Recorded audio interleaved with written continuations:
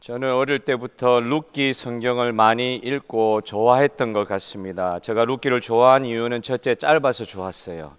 구약 성경책은 책별로 읽기가 좀 만만치 않습니다. 내용이 많지 않습니까? 룻기는 짧아서 읽기가 좋았습니다. 그리고 룻기가 사사기 다음에 나오지 않습니까? 사사기의 내용이 참 아픈 부분이 많아요. 그런데 룻기는 밝았습니다.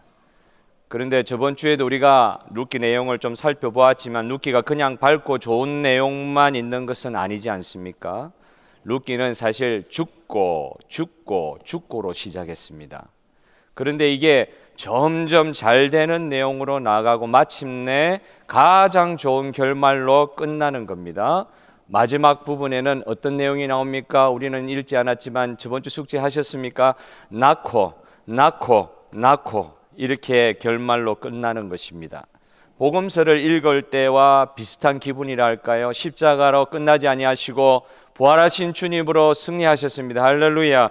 그런 느낌이랄까요? 상실과 아픔에서 생명과 체험으로 연결되는 이 성경 이야기는 인생 역전에 관한 드라마가 감동을 우리에게 일견 주듯이 우리에게 큰 소망과 기쁨을 주고 있습니다. 오늘 우리의 삶이 이렇게 해석되면 좋겠어요. 우리의 삶이 이렇게 해석되면 좋겠다. 죽음으로 시작하였다가 부활 승천으로 끝나는 복음서의 내용처럼 죽음으로 시작하였다가 생명으로 끝나는 룻기처럼 우리는 승리할 것입니다. 여러분 믿습니까?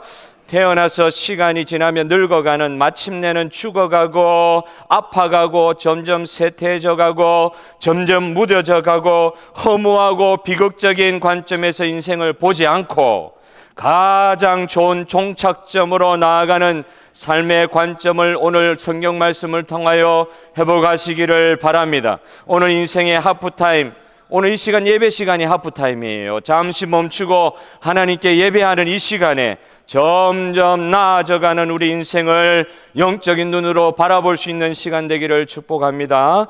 처음 우리가 살펴볼 수 있는 것은 인생의 빈 곳을 채우시는 시간이 우리의 하프타임이 될 수 있다는 것을 한번 살펴보았으면 좋겠어요. 저번 주에 살펴본 것처럼 나오미와 룻의 가정에 닥친 환난은 그들의 인생을 다시 컴퓨터 껐다가 다시 켤 때 그때 리부팅이라 그러죠. 리부팅이라고 할 만큼 껐다가 다시 켜야 될 수밖에 없는 그런 상황에 몰아져 갔습니다.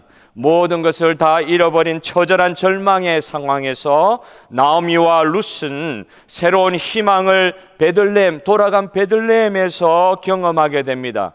룻이 2장 3절에 보면은 룻이 우연히 장차 자신의 남편이 될 보아스를 어느 밭에서 만났다는 내용이 나옵니다. 번역하기도, 그 히브리어 단어를 번역하기도 어려워서 그냥 우연이라는 단어를 썼습니다만 이걸 우리는 신학적으로 보면 하나님의 섭리가 이 단어 안에 있는 거예요. 그냥 우연히 만난 것이 아닙니다.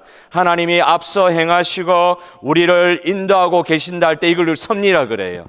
그 섭리를 룻이 받아서 보아스의 소유의 밭에 이르게 된 것입니다. 이걸 우리가 믿어야 됩니다. 모래사장에서 바늘을 찾는 것처럼 그렇게 사는 것이 우리 인생인 것 같아요. 그러나 하나님은 우리를 바늘 있는 곳으로 인도하시는 줄 믿으시기를 바랍니다. 인간의 눈으로는 우연같이 보이지만은 하나님께서 다 예비해 놓으신 겁니다. 보아스가 룻에게 선의를 베풀자 룻이 보아스에게 한 말이 이렇습니다. 룻기 2장 10절 룻이 엎드려 땅에 대고 절하며 그에게 이르되 나는 이방 여인이거늘 당신이 어찌하여 내게 은혜를 베푸시며 나를 돌보시나이까. 여러분, 이 건물이 있던 자리에 건물 무너지고 그냥 그 건물 잔에 다 제거하고 흙으로만 그 공터 만든 곳 혹시 가본 적 있으세요? 건물 무너질 때 구경하기 좋아서 갔다가 한 달쯤 지나고 나서 그 공터인 곳에 가봤습니다. 아무것도 없던 땅에 제일 먼저 무슨 일이 일어납니까? 잡초가 얼마나 빨리 자랐는지 한 달밖에 안 됐는데도 잡초가 그 땅을 다 가득 채우고 있더라고요. 모든 것을 잃어버리고 모든 것이 없어진 것 같은 그 공터 같은 우리의 마음에 제일 먼저 찾아오는 것이 무엇입니까? 이 잡초와 같은 그 열매 맺지 못하는, 이 잡초라는 건 열매 맺지 못한다. 아무 쓸모 없는 거예요. 그런데 제일 빨리 자라요. 잡초와 같은 걱정, 근심들이 얼마나 우리 마음에 빨리 자라는지 모릅니다. 그런데 오늘 룻의 경우처럼 은혜가 그녀의 삶에 보아스를 통해서 다가오면서 자기가 은혜라고 고백하잖아요. 왜 나에게 은혜를 베풀어 주십니까? 이렇게 고백하잖아요. 보아스를 통해서 그녀의 삶에, 공터와 같은 그녀의 삶에 이 은혜가 다가오면서 이 잡초는 사라지는 것입니다.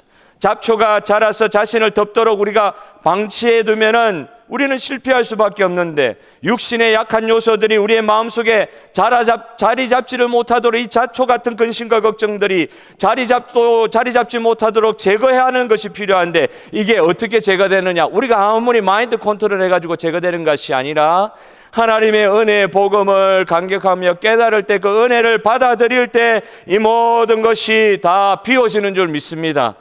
하나님의 은혜가 또한 채워지기 전에 비워져야 되는 그런 과정이 있더라고요. 이 비워져 가는 과정이 룻의 경우처럼 너무 고통스럽기도 합니다. 하지만 예수님을 통하여 우리의 이 비어있는 공간을 가득 채우시고 은혜로 점점 우리를 나아져가는 삶으로 만들어 가시는 하나님의 섭리의 그 은혜가 있는 걸 여러분 믿으시기를 바라요. 이 축복의 흐름이 저와 여러분의 삶 가운데 있으시기를 바랍니다. 어떤 축복의 흐름이요? 점점 나아져가는 축복의 흐름. 예수 그리스도를 믿는 성도의 삶은 여러분 오늘 확신하시길 바라요. 안 보여도 우리의 삶은 예수님 때문에 점점 나아져 갈 수밖에 없습니다. 시험이 왔습니까? 고통이 왔습니까? 그럼 그 자리에 머물러 있으라는 하나님의 메시지가 아니에요. 그걸 통해서라도 하나님은 더 큰 은혜를 주실 수 있는 분이세요. 점점 쪼그라드는 사람의 말이 무엇입니까? 항상 입에 발린 말이에요. 이런 말 하면 안 될 것 같은데, 우리 교회 옛날에 좋았다, 왕년에 좋았다, 옛날에는 좋았다. 제가 어느 시니어의 고백을 최근에 들은 적이 있어요. 젊고 건강할 대로 우리 어르신 돌아가실 수만 있다고 하면, 그런 일은 없지만 젊고 건강한 대로 돌아가실 수만 있다면 우리 어르신 돌아가시겠어요? 그분이 한마디로 이야기하더라고요. 아니요, 지금이 제일 좋습니다. 할렐루야. 여러분, 지금이 제일 좋습니다. 우리 주님 때문에. 할렐루야. 비참해진 인생, 가질 것 없는 인생, 공허하고 무의미한 인생이라며 모든 사람이 절망하고 있는 그때에 소망을 품은 한 사람을 통하여 하나님은 일하고 계시는 줄 믿습니다. 룻처럼 순수한 마음으로 이삭부터 줍는 거예요. 절망 가운데서도 순수하니까 이삭을 줍는 거예요. 순수하니까 이삭부터 주우러 가는 거예요. 이삭부터 줍는 사람이 결국은 은혜를 받습니다. 지금은 빈손이지만 그가 순수하게 아무것도 할 수 없을 것 같은 과정에서도 이삭부터 죽겠다고 하면서 그 간 밭에서 섭리적으로 보아스를 만나는 거 아니겠어요? 그리고 그 보아스를 만남으로 그의 비워졌던 빈손이 채워지기 시작합니다. 룻기 3장 17절 다 같이 한번 읽어보겠습니다. 시작. 이르되 그가 내게 이 보리를 여러 번 대어주며 이르기를 빈손으로 내 시어머니에게 가지 말라 하되이다 아니라, 보아스가 룻을 그냥 빈손으로 돌려보내지 않는 거예요. 시어머니에게 돌아가는 룻에게 풍성한 보리, 막 출수한 그 보리를 가득 담아서 돌려보내는 것입니다. 보아스는 룻에게 무엇이든 채워주려 하는 존재였습니다. 우리 하나님이 이러신 줄 믿으시기를 바래요. 믿으시기 바래요. 채워주시는 하나님을 믿게 하여 주시옵소서. 오늘 이 아침에 이 찬송 아십니까? 빈손 들고 앞에가 십자가를 붙든다 하지 않았습니까? 빈손 들고 앞에가 십자가를 붙드네. 십자가는 고통의 상징인 것 같은데 아니에요. 예수 그리스도의 십자가를 붙들어야 빈손에 채워지는 역사가 일어납니다. 그런데 먼저 깨달아야 될 것, 빈손의 깨달음이 있어야 돼요. 하나님 앞에 나아갈 때 무엇이든지 내 거 쥐고 가면은 받을 거 있는 것처럼 그렇게 생각하는 경우가 있어요. 내 거를 쫙 쥐고 가는 거예요. 하나님 주시는 것으로, 빈손에서 하나님 주시는 것을 가득 받아 누리려면은 내 거 쥐고 가가지고는 받을 수 없는 것인데, 어떤 마음의 상태를 말합니까? 나는 부족합니다, 주님. 하나님의 은혜가 필요합니다. 이런 은혜를 사모하는 마음을 오늘 우리에게 허락하여 주시기를 원합니다. 시편 84편 2절에 내 영혼이 여호와의 궁정 성전을 사모하며 새약함이여 내 마음과 육체가 살아계시는 하나님께 부르신나이다. 살아계시는 하나님을 만나러 온 예배에 와서도 내 거 붙들고 있으면 안 돼요. 하나님 은혜가 필요합니다. 정말 내 몸이 뼈가 으스러질 정도로 사모하며 쇠약해지는 마음과 육체를 가지고서라도 빈손 들고 주님 앞에 나아갑니다. 사모함으로 하나님께 나아갑니다. 은혜 주시옵소서. 교만한 마음 다 내버리고 겸손함으로 주님 앞에 나아가게 하여 주시옵소서. 이 간절함과 사모함이 이 아침에 필요합니다. 성령께서 이 마음을 우리 가운데 주시도록 또한 사모해야 될 것입니다. 내 마음 내가 어떻게 할 수 없으면 성령께 내 마음을 의존하는 이 시간 되기를 바랍니다. 자존심을 꺾는 간절함이 필요한 것 같아요. 내가 서가지고는 하나님의 무한하신 은혜에 동참하기가 상당히 어렵습니다. 나는 좀 무너지더라도 나는 은혜 없으면 살 수 없는 존재라고 하는 하나님 앞에 솔직한 고백을 드리는 이 아침 되기를 주님의 이름으로 축복합니다. 그때 주님이 채워주실 줄 믿습니다. 채워주시는 주님을 믿으면 빈손으로 주님 앞에 나아가야 돼요. 두 번째, 보호하심의 온전한 상을 받아 누리는 시간이 룻이 경험했던 하프타임이에요. 오늘 저와 여러분이 경험해야 될 하프타임입니다. 룻에게 보아스가 이런 말을 합니다. 룻기 2장 12절에 여호와께서 내가 행한 일에 보답하시기를 원하며 이스라엘의 하나님 여호와께서 그의 날개 아래에 보호를 받으러 온 너에게 온전한 상 주시기를 원하노라 하는지라. 보아스가 보는 입장에서는 룻이 너무나 대견했어요. 룻이 너무나 대견했어요. 그 어린 이방 처녀가 아니죠. 과부죠, 과부. 어린 그 이방의 과부, 시어머니, 거지된 시어머니 따라온 그 이방 여자, 젊은 여자, 그 사람을 보는데 그냥 불쌍하다, 거지다. 근데 그렇게 안 보이는 거예요. 보아스는 그 여자를 보면서, 룻을 보면서 그 룻이 가지고 있었던 그 믿음이 얼마나 보기가 좋았는지 모른다는 것입니다. 얼마나 대견했는지. 그녀 안에 계시는 하나님을 보아스가 본 것입니다. 처절한 상황 가운데서도 하나님의 날개 아래 보호받으러 온 작은 새끼 새 같은 그녀가 보이는 것입니다. 하나님의 날개 안에 새가 자기 새끼를 품듯이 그 하나님의 큰 날개 안에 보호함을 받기 위하여 온 작은 새끼 새와 같은 그런 여인이 보이는 것입니다. 예배 때 가끔 저는 그게 환상은 아닐 것입니다만은 예배 때 저는 어떤 성도님들을 봅니다. 아무것도 바랄 것이 없이 비참한 상황에서 하나님의 날개 아래 보호받으러 오신 그 성도님들을 보면 마음에 감동이 일어나는 거예요. 예배드리기 어려운 사람인 것 같은데 여호와의 날개 아래 보호받으러 온 성도 보면은 가슴이 벅차올라요. 그의 믿음이 그들을 예배의 자리로 인도한 것을 보면 너무 좋습니다. 이렇게 믿음으로 예배의 자리에 나오신 것으로 저는 사실 저 개인적으로 너무 은혜를 받아요. 하나님을 바라보는 성도들만 보면 너무 좋습니다. 그분들에게는 하나님만 보이는 것입니다. 인생에서는 너무 힘든 순간이지만 그들의 눈에는 하나님만 보이는 것입니다. 그러니까 믿음으로 승리할 수 있을 줄 믿습니다. 보아스가 무엇라고 룻에게 격려하고 있습니까? 다시 12절을 보십시오. 여호와께서 그의 날개 아래에 보호를 받으러 온 너에게 온전한 상 주시기를 원하노라. 온전한 상 주시기를 원하노라. 룻에게 하나님이 상을 주신다고 합니다. 프라이즈를 주신다고 합니다. 무슨 상입니까? 온전한 상, 그냥 상이 아니라 온전한 상이라고 말씀하고 있어요. 여기서 우리는 믿음의 사람들에게 나타나는 하나의 법칙과 같은 그런 형태를 우리가 보게 됩니다. 창세기 15장 1절 아브라함에게 하나님이 나타나셨습니다. 그 아브라함에게 무슨 말씀을 하십니까?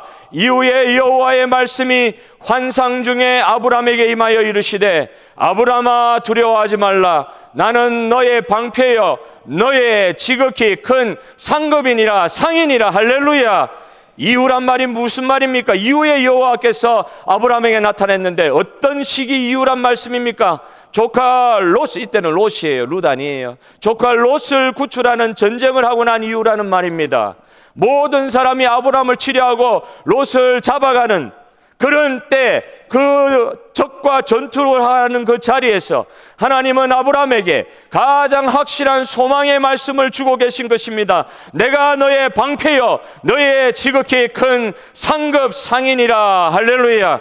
당장 돈이 필요한 사람에게, 당장 건강이 필요한 사람에게, 당장 보호하심이 필요한 사람에게 내가 너의 상급이다, 내가 너의 상이라고 말씀하시면 이게 위로가 됩니까? 여러분, 이게 힘이 됩니까?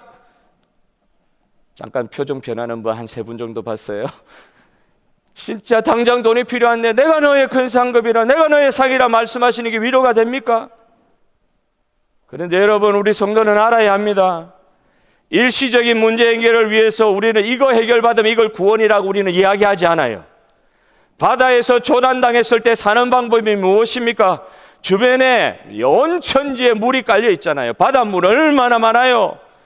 주변에 물밖에 없어도 그 바닷물을 목마르다고 먹으면 바로 죽는 것입니다. 그래서 물이 먹고 싶어도 진짜 살기를 원하면 입술에 바닷물을 축일지언정, 그러면서 버틸지언정 절대 바닷물 먹는 거 아니에요. 살고 싶으면 바닷물 안 먹는 거예요. 일시적인 도움, 면피, 진통제와 같은 것에 길들여지면 안 되는 이유가 여기 있습니다.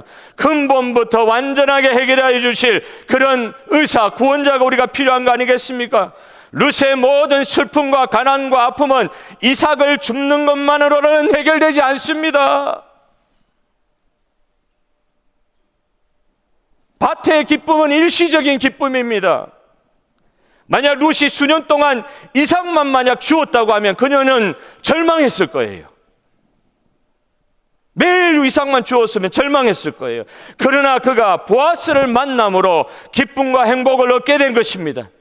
우리도 밭에서 예수님을 만나야 될 줄로 믿습니다.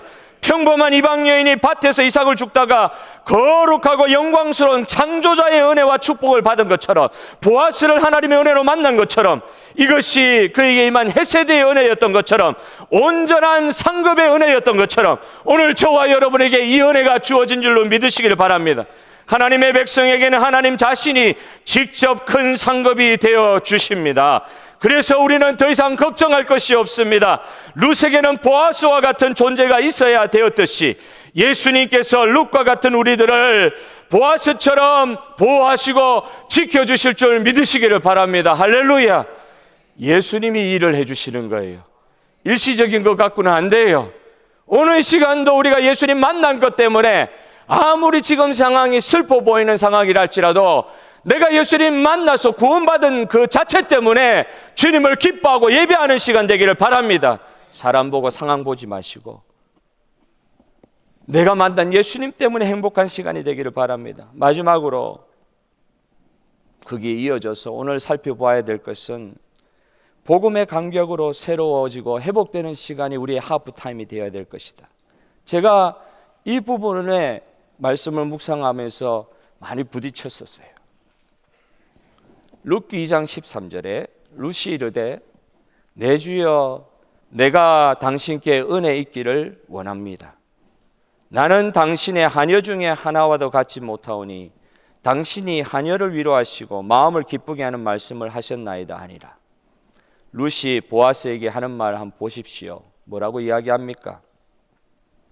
나는 당신의 하녀 중에 하나와도 같지 못합니다.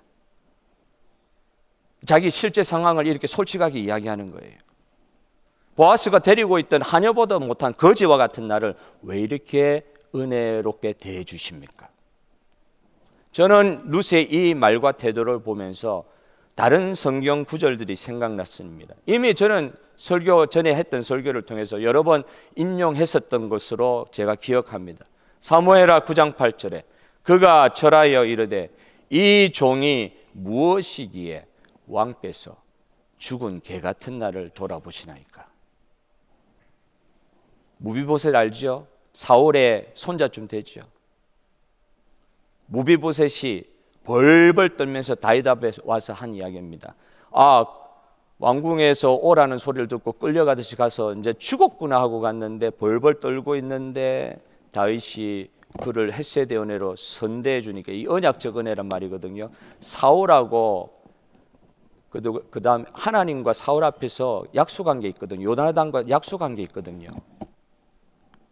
약속한 것에 따르는 은혜라는 것입니다. 그 은혜를 무비보셋에게 베풀어 줄 때 무비보셋이 다윗에게 한 말입니다.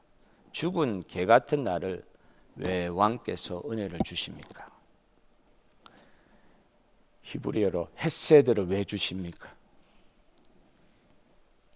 자기 자신 너무 비굴하게 비천하게 생각하는 말, 이런 거 안 좋은 건데 이렇게 생각할 수도 있어요. 현대에 우리가 읽기에는.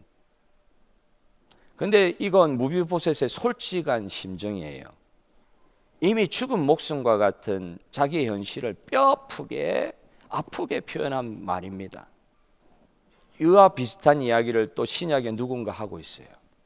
수로보니게 여인 여러분 아십니까? 마태복음 15장 25절 27절에 수로보니게 여자가 와서 예수께 절하며 이르되 주여 저를 도우소서. 딸이 귀신 들렸던 여자였어요. 예수님에 관한 소문을 들었어요. 예수님을 보았습니다. 부르짖습니다.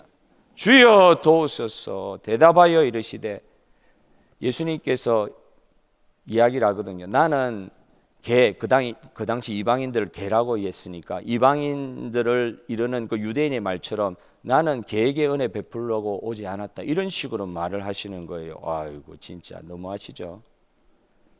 그런데 그 여자가 예수님께 끝까지 부르짖습니다. 자네의 떡을 취하여 개들에게 던짐이 마땅하지 아니하니라, 이런 말을 하자 예수님께서 여자가 이르되 주여 당신 말씀 옳습니다. 그런데 개들도 저의 주인의 상에서 떨어지는 부스러기를 먹는 거 아닙니까? 수로보니게란 말은 지금의 옛날에 고대 지역의 페니키아, 여러분 페니키아란 말 들어보셨어요? 페니키아 문명이 있어요.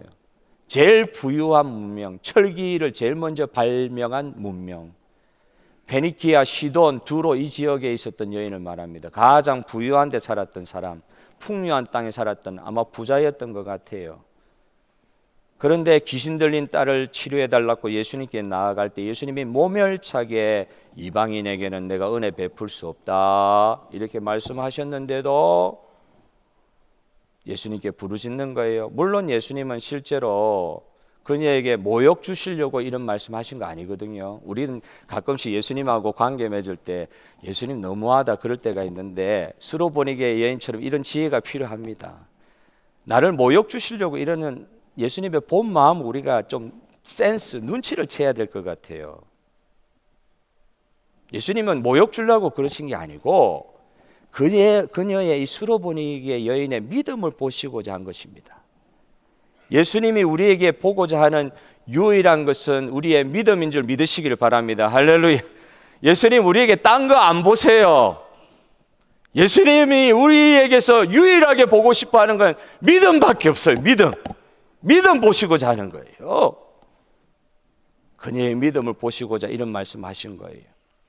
믿음을 보고자 하시는 것입니다. 이 여인은 무슨 일이 있어도 이 예수님에게서 은혜를 받아야 되겠다는 그 마음, 그 믿음만이 있었을 뿐이었어요. 여러분, 저와 여러분도 마찬가지 아닙니까? 저와 여러분도 하나님의 예수 그리스도의 은혜를 받아야 사는 존재인 줄 믿습니다. 음식물 찌꺼기를 먹는 개와 같은 존재가 되어서라도, 예수님 말대로라면, 내가 개한테 음식 주는 법 없다 이런 말대로로 가면 음식물 찌꺼기라도 먹는 개와 같은 존재가 되어서라도 예수님의 은혜를 받아야 되겠다는 간절함이 그녀에게서 있었던 거예요. 받을 자격이 없는 이방 여자이고 보아스 당신의 하녀들보다 못한 저에게 왜 은혜를 베풀어 주십니까? 룻은 감격하고 있는 것입니다. 여러분 감격해 본 적 있으십니까? 내가 열심히 공부해 가지고 서울대학 갔습니다, 내가 좋은 대학 갔습니다 하며 감격하는 경우 있죠. 그건 공부 열심히 해가지고 내가 그만큼 공부해서 받는 그런 상황에 대한 감격이라고 할 수도 있잖아요. 어렵고 불가능하고 당연히 받을 수 없는, 그거 공부 열심히 하면 서울대학도 들어갈 수는 있을 거예요. 전혀 불가능하지 않는 일은, 불가능한 일은 아닐 거예요. 내가 열심히 해서 된 것일 수 있어요. 그럴 때에도 감격하는데 여러분 진짜 어렵고 불가능하고 당연히 이건 아예 생각도 할 수 없는 그런 상황인데 그 상황에서 받을 수 없는 그런 은혜를 받게 되었을 때 그걸 우리가 진짜 헤세드의 은혜라고 이야기할 것인데 여러분 이 은혜를 받고 감격을 하며 이 받은 바 은혜에 대한 감격을 날마다 사모하면서 이 복음과 구원의 감격을 저와 여러분 누리고 살고 계십니까? 이게 이제 이 본문을 보면서 저한테 많이 부딪혀 온 거예요. 진짜 복음의 감격, 구원 받은 바 구원에 대한 감격으로 살고 계십니까? 어떤 분은 이렇게 이야기하더라고요. 영적인 감격이 없으면 그건 죽은 신앙이다. 신앙은 신앙인데 죽은 신앙이다. 무엇이든지 무덤덤하고 무엇이든지 감격이란 거 없고 무엇이든지 그냥 덤덤하게 지나간다. 예술가가 자기 작품을 만드는데 아무 영감 없이 작품을 그냥 기계로 찍어내듯이 그렇게 만들어내면 이건 예술가 아니고 이거는 그냥 그 만드는 수공하시는 분이에요. 그 예술 작품 만든다고 이야기하는 거 아니거든요. 똑같은 거 찍어내는 기계처럼 만드는 거. 아무 감격 없이 감각 없이 영감 없이 그냥 찍어내듯이 만드는 거, 그걸 우리는 작품이라고 하지도 않고 그걸 예술가라고도 이야기하지 않습니다. 감격하는 사람, 보는 것마다 감격하면서 하하 하시는 그런 분들 옆에서 보고만 있어도 우리 신나잖아요. 여러분 하나님께 누가 더 은혜를 받습니까? 감격하는 사람이 은혜 받습니다. 처음 예수 믿었을 때의 감격을 항상 간직해야 은혜를 받습니다. 하나님 앞에 은혜 받기 위해서는 룻과 같은 마음가짐과 태도가 필요한 것 같아요. 주님, 나는 겨자씨와 같이 지금도 보잘것없는 존재입니다. 나는 개도 못 됩니다. 개가 먹는 음식짓거리 부스러기 같은 존재입니다. 수로보니게 여인과 같은 그런 간절함으로 주님 앞에 은혜를 구하며 나아가는 것입니다. 개가 먹는 부스러기라도 주님 나에게 주시옵소서. 얼마나 간절한지 모릅니다. 누가복음에 나오는 세리의 기도도 그렇지 않습니까? 주여, 저는 죄인입니다. 은혜 받을 수 있는 자격이 없는 죄인입니다. 주님, 그러나 저를 불쌍히 여겨 주시옵소서. 저를 따라하겠습니다. 저를 불쌍히 여겨 주시옵소서.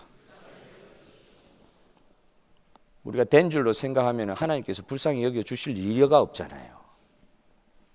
우리의 상황이 얼마나 미천하고 얼마나 바닥인지, 얼마나 은혜가 필요한 상황인지 주님 앞에 이렇게 빈손으로 나가야 되잖아요. 그런데 나는 뭘 가지고 있어. 그 정도까지는 아니에요. 그러니까 룻과 같이 수로보니게 여인같이 반응을 못해요. 주여, 나를 불쌍히 여겨주세요. 세리처럼 반응을 못해요. 주여, 나를 긍휼히 여겨주세요. 나는 겨자씨와 같이 너무 존재가 미미한 존재입니다. 나는 진짜 음식 부스러기 같은 그런 존재입니다. 지금도 주님의 은혜 아니면 살 수 없는 존재입니다. 구원받고 수십 년 지나도 이 은혜의 갈망함과 사모함의 태도를 주여 허락하여 주시옵소서. 잘못하면은요, 구약의 율법주의자들과 같이 자기가 성취한 율법의 의, 그거 가지고 구원 못 받는다는 거 이미 알고 예수님의 구원의 은혜로만 우리가 진짜 구원받을 수 있다는 거 그거 다 알고 있으면서도 어느새 예수님을 통하여 구원받고 나서 우리 가운데 차곡차곡 쌓이게 된 율법의 은혜나 나의 공로나 내가 주님 앞에 한 게 얼마인데 내가 이렇게까지 했는데 이런 마음, 빈손이어야 될 그 손에 너무 많은 것들이 치워져 있어요. 내 이거 있으니까 주님 은혜 받는 거 아니에요? 혹시 내 주님 앞에 이렇게 했으니까 주님 은혜 주셔야 되는 거 아니에요? 혹시 얼마나 간절하십니까? 이 시간에도 주님의 은혜가 없으면 살 수 없다고 하는, 정말 나는 내 자신을 보면 은혜를 받을 수 없는 죄인이요, 이 자리에서 설교할 수 없는 죄인이요. 여러분 나에게 네 무슨 죄를 지어가 그런 말을 하냐고 물으신다면 저는 이야기하기 부끄러워요. 오늘부터 또 캐시는 분들 또 계실 거예요. 부끄러워요. 어떻게 이렇게 설교하는 자리에 설 수가 있어요? 못 써요. 못 씁니다. 은혜 받을 수 없는 죄인이에요. 수십 년 지나도 이건 변하지 않아야 돼요. 나는 죄인입니다. 나는 보리떡과 같습니다. 나는 비천하고 부족한 존재입니다. 나는 당신의 하녀보다 부족한 존재입니다. 룻이 보아스의 은혜를 입으면서 감격하면서 말하는 거예요. 내가 받을 수 없는데 이런 은혜를 주십니까? 물은 낮은 곳으로 흐른다고 했습니다. 물은 낮은 곳으로 흐르잖아요. 물이 어떻게 거슬러서 펌프로 인위적으로 하는 거 요즘에 너무 잘 발달돼가지고 물이 낮은 곳에도 높은 곳으로 갈 수 있죠. 사람이 만든 모터 돌려가지고 다 할 수 있다고 생각해요. 그런데 자연 법칙은 그거 아니잖아요. 모터 없으면 안 되잖아요. 물은 위에서 아래로 흐릅니다. 복음의 간격을 다시 갈망하는 영적 사모함 가운데 하나님의 은혜가 부어지는 줄 믿습니다. 룻이 받은 은혜가 놀랍지만 우리가 받은 은혜는 더 큰 것입니다. 예수님의 구속의 은혜를 받았습니다. 그 은혜를 항상 기억하며 감격할 수 있는 우리의 일상의 일평생의 삶이 되게 하여 주시옵소서. 우리 이런 말 얼마나 자주 합니까? 너무 큰 은혜를 당신으로부터 입었습니다. 이 은혜는 평생 잊지 않겠습니다. 우리 입으로 얼마나 이런 말 자주 합니까?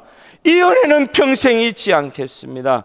이 말을 얼마나 자주 하면서도 이게 그냥 경구가 돼가지고 함부로 뱉어버리듯이 내 이 은혜 평생 잊지 않을게, 쉽게 그냥 받아치듯이 하는 말이 돼버렸어요. 얼마나 쉽게 잃어버립니까? 큰 은혜를, 사람에게 큰 은혜를 받아도 내 은혜 평생 잊지 않을게 이 말 했으면서도 쉽게 잃어버리는 우리 생활, 우리는 경험하지 않습니까? 얼마나 쉽게 잃어버립니까? 진짜 그렇게 은혜를 다시 감격하며 잊지 않고 보답하면서 내가 살고 싶다고 그렇게 우리 주 하나님께 이 아침에 고백해 보시지 않겠습니까? 가만 보면은 하나도 받지 않고 험한 세상, 정글 같은 세상에서 유아 독전, 자수성가한 사람처럼 그렇게 우리가 사는 경우가 얼마나 많습니까? 나는 누구에게도 머리 조아려 본 적 없다. 내 힘으로 살았다니. 전혀 은혜라는 것을 받아보지도 못하고 혼자 잘 살아낸 것처럼 이야기하며 살아가고 있지는 않습니까? 그리스도인은 은혜를 기억하고 은혜로 사는 사람인 줄 믿습니다. 오늘 이 하프타임에 예배 시간에 하나님 주신 구원의 은혜에 대한 그 구원에 대한 감격이 다시 살아나는 회복되는 시간 되시기를 간절히 축원합니다. 여러분 그래서 기도해야 돼요. 이게 안 생기잖아요. 잘 기도해야 돼요. 어떻게 기도해야 되느냐? 주여 살려 주옵소서. 죽어 있는, 무덤덤하게 죽어 있는 상황인데도 이게 자기가 어떤 상황에 있는지도 모르니까 이런 기도를 못 하잖아요. 내가 어느 정도까지 떨어져 있는지 알아야 이런 기도할 수 있잖아요. 주여 살려 주시옵소서. 주의 은혜가 아니면 나는 이 구원에 대한 감격도 없이 말씀의 은혜에 매임도 없이 그냥 내 힘대로 살다가 내 힘대로 그냥 지쳐서 쓰러지고 그런 삶 살 수밖에 없는 존재임을 다시 한번 또 깨닫고 또 깨닫고, 주여 오늘 이 예배에, 이 말씀에, 이 기도에, 이 찬양에 구원에 대한 감격이 솟아나게 하여 주시옵소서.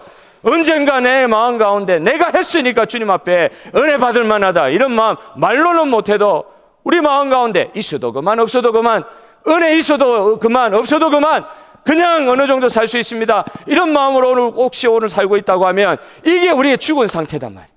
주여, 은혜 아니면 살 수가 없습니다. 주여, 은혜를 부어 주시옵소서.